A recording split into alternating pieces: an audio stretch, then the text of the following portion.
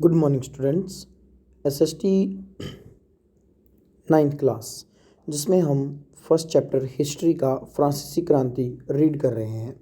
इस चैप्टर में अब तक हमने 2 टॉपिक्स रीड आउट कर चुके हैं और आज जो हम रीड करेंगे वो होगा हमारा थर्ड टॉपिक, जिसका नेम है फ्रांस में राजतंत्र का उन्मूलन और गणतंत्र की स्थापना। मतलब फ्रांस में किस तरह से जो राजतंत्र था, मतलब जो राजाओं का शासन था, उसका उन्मूलन हो गया, खात्मा हो गया और गणतंत्र की वहाँ पर स्थापना हुई। देखिए इसमें क्या है। फ्रांस की स्थिति आने वाले वर्षों में भी तनावपूर्ण बनी रही। यद्यपि लुई 16वें संविधान पर हस्ताक्षर कर दिए थे, परंतु प्रशा के राजा से उसकी गुप्त वार्ता भी चल रही थी। फ्रांस की घटनाओं से अन्य पड़ोसी देशों के शासक भी चिंतित थे, इसलिए 1789 की गर्मियों के बाद होने वाली ऐसी घटनाओं को नियंत्रित करने के लिए इन शासकों ने सेना भेजने की योजना बना ली थी। लेकिन जब तक इस योजना पर अमल होता, अप्रैल 1792 में नेशनल असेंबली ने प्रशा एवं ऑस्ट्रिया के विरुद्ध युद्ध की घोषणा का प्रस्ताव पारित कर दिया। प्रांतों से हजारों स्वयंसेवी सेना में भर्ती होने के लिए जमा होने लगे। उन्होंने इस युद्ध को यूरोपीय राजाओं एवं कुलीनों के विरुद्ध जनता की जंग के रूप में लिया। मतलब क्या हुआ कि जो लुई 16वां था, उसने वैसे तो हस्ताक्षर कर दिए संविधान के ऊपर कि हाँ मैं संविधान के हिसाब से काम करूंगा, लेकिन जो प्रशा का राजा था उसके साथ मिलके गुप्त वार्तालाप करता रहता था कि किस तरह से दोबारा से सारा शासन अपने अंडर में लिया जाए। और इसके लिए उसने 1789 की गर्मी के बाद, मतलब जो घटनाएं थी उसको नियंत्रित करने के लिए सेना भेजने की योजना भी बना ली थी। ठीक है, लेकिन ये सारा काम वो तैयार कर पाता उससे पहले 1792 में नेशनल असेंबली ने क्या किया, प्रशा और ऑस्ट्रिया के विरुद्ध युद्ध की घोषणा का पत्र जारी कर दिया, जिसमें हजारों स्वयंसेवी मतलब जो जनता में थे लोग, वो उन्होंने भी सेना में भर्ती होने लग गए। आगे अनेक होठों पर देशभक्ति के जो तराने थे, उनके होठों पर जो देशभक्ति के तराने थे उनमें कवि रोजेट दी लाइल द्वारा रचित मोर्सिले भी था। अंडरलाइन कर लें, रोजेट दी लाइल रचित मोर्सिले।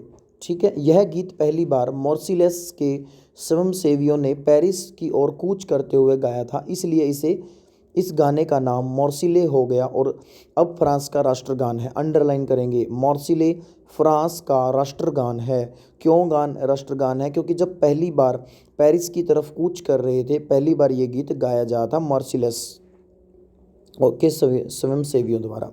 आगे क्रांतिकारी युद्धों से जनता को भारी क्षति एवं आर्थिक कठिनाइयां झेलनी पड़ी। पुरुषों के मोर्चे पर चले जाने के बाद घर परिवार और रोजी रोटी की जिम्मेदारी औरतों के कंधों पर आ पड़ी। देश की आबादी के एक बड़े हिस्से को ऐसा लगता था कि क्रांति के सिलसिले को आगे बढ़ाने की जरूरत है, क्योंकि 1791 के संविधान से सिर्फ अमीरों को ही राजनीतिक अधिकार प्राप्त हुए थे, लेकिन राजनीतिक क्लबों में अड्डे जमा कर सरकारी नीतियों और अपनी कार्य योजनाओं पर बहस करते थे। इनमें से जैकोबिन क्लब सबसे सफल था।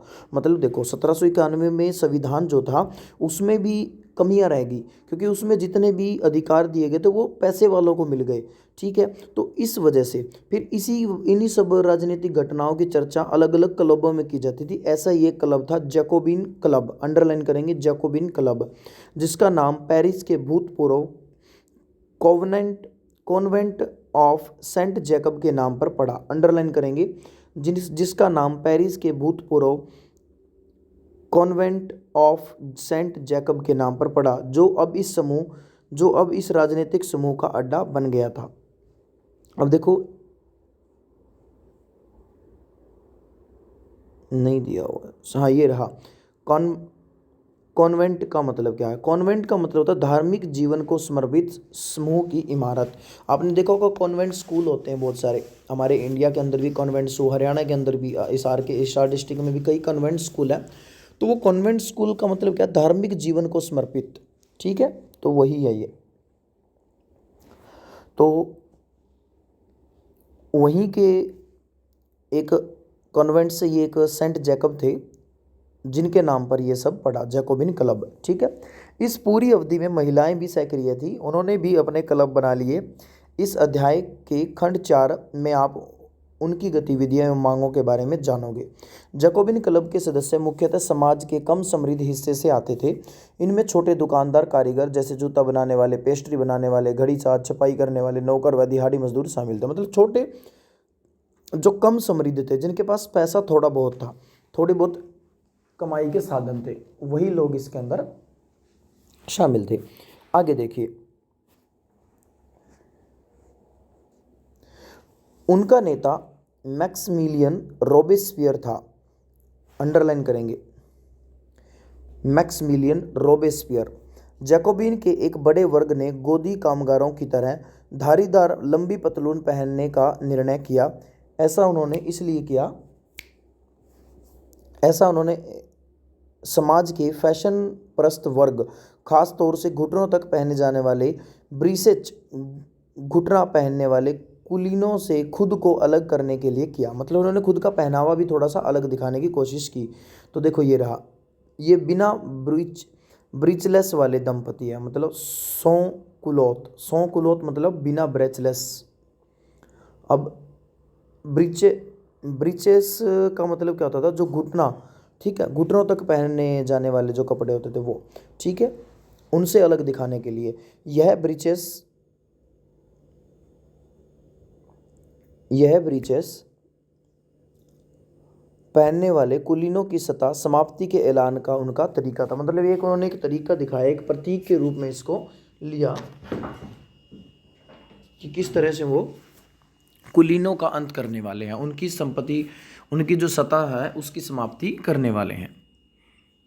आगे, इसलिए जैकोबिन को सो कुलोत के नाम से जाना गया। अंडरलाइन करें, जैकोबिन को सो कुलोत के नाम से जाना गया, जिसका शाब्दिक अर्थ है बिना घुटने वाले, मतलब जिनके घुटने नहीं होते। ठीक है, आगे, सो कुलोत पुरुष लाल रंग की टोपी भी पहनते थे। वो लाल रंग की टोपी भी पहनते थे जो स्वतंत्रता का प्रतीक थी, लेकिन महिलाओं को ऐसा करने की अनुमति नहीं थी। सन 1792 की गर्मियों में जैकोबिन ने खाद्य पदार्थों की महंगाई एवं अभाव से नाराज पेरिस वासियों को लेकर एक विशाल हिंसक विद्रोह की योजना बनाई।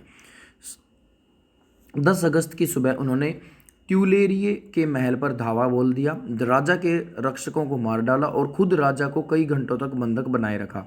बाद में असेंबली ने शाही परिवार को जेल में डाल देने का प्रस्ताव पारित किया। नए चुनाव कराए गए।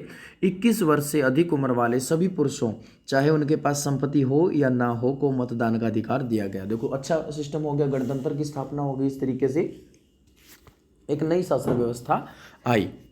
उसके बाद नवनिर्वाचित असेंबली को कन्वेंशन का नाम दिया गया। अंडरलाइन, नवनिर्वाचित असेंबली को कन्वेंशन का नाम दिया गया। 21 सितंबर, अंडरलाइन करेंगे इसे भी, 21 सितंबर 1792 को इसने राजतंत्र का अंत कर दिया।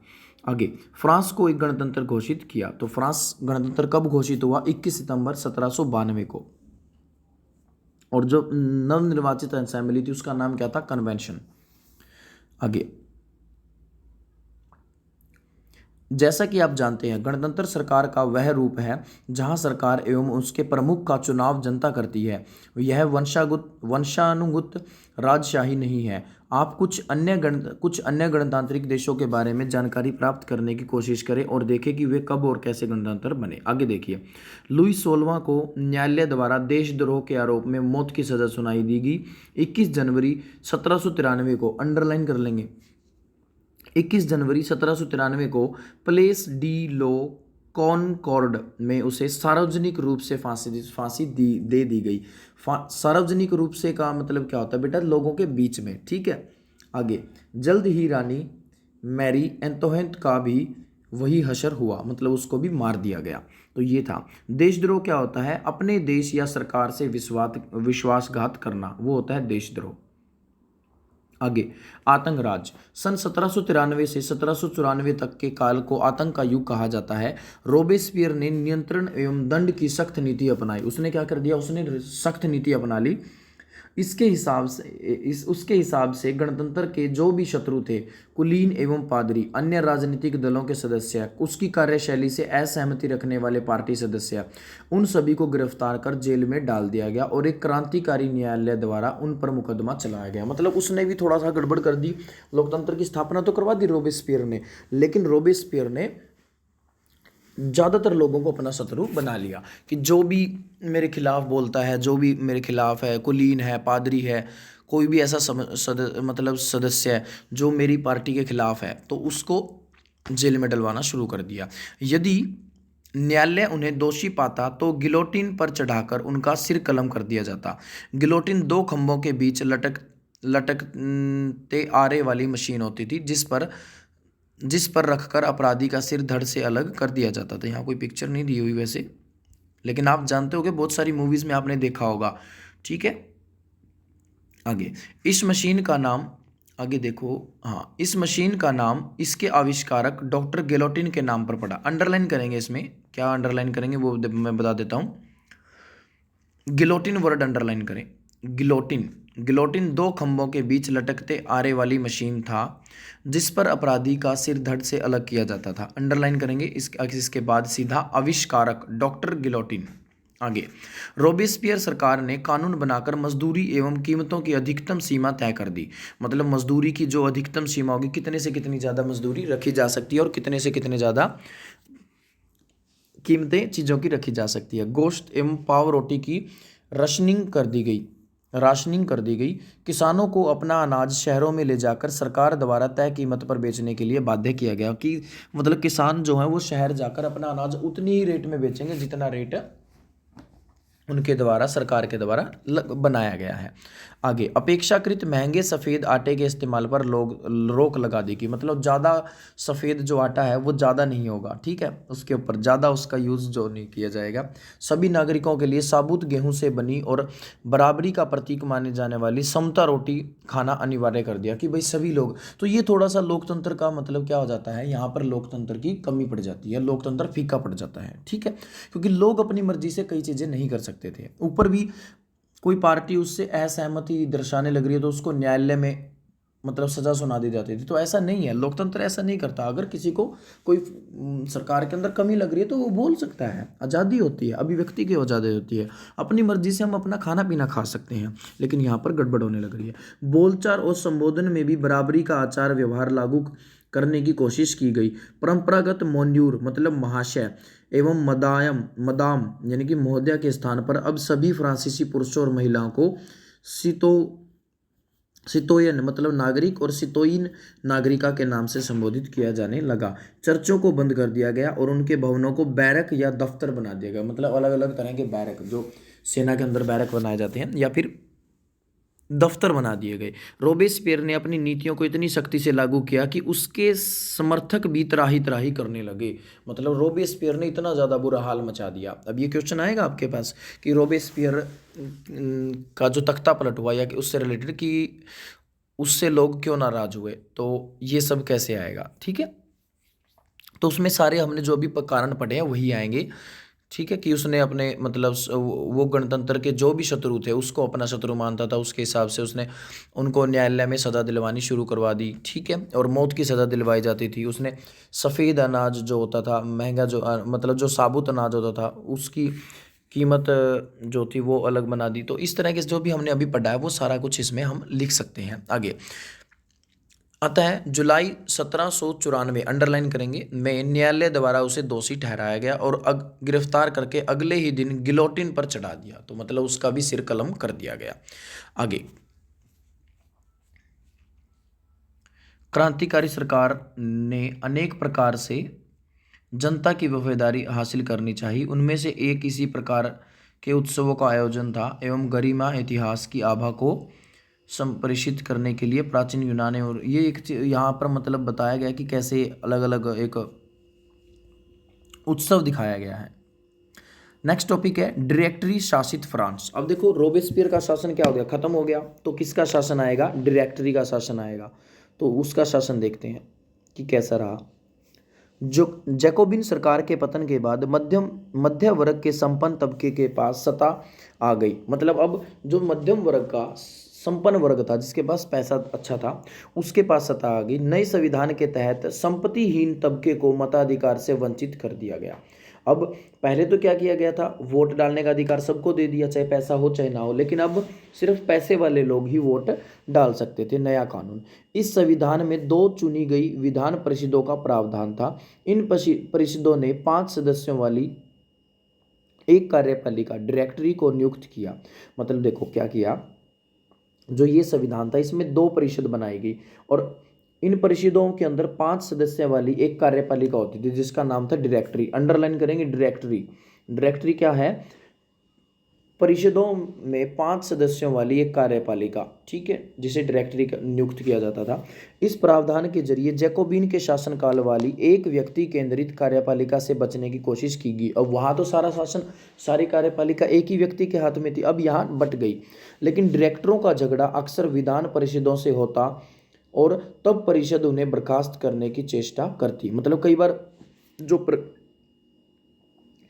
डायरेक्टर होते थे, डायरेक्टरों का जो झगड़ा होता था वो विधान परिषद से ही हो जाता था, तो फिर परिषद क्या कर देती थी, उन्हें हटा देती थी। डायरेक्टरी की राजनीतिक अस्थिरता ने सैनिक तानाशाह नेपोलियन बोनापार्ट के उदय का मार्ग प्रशस्त कर दिया।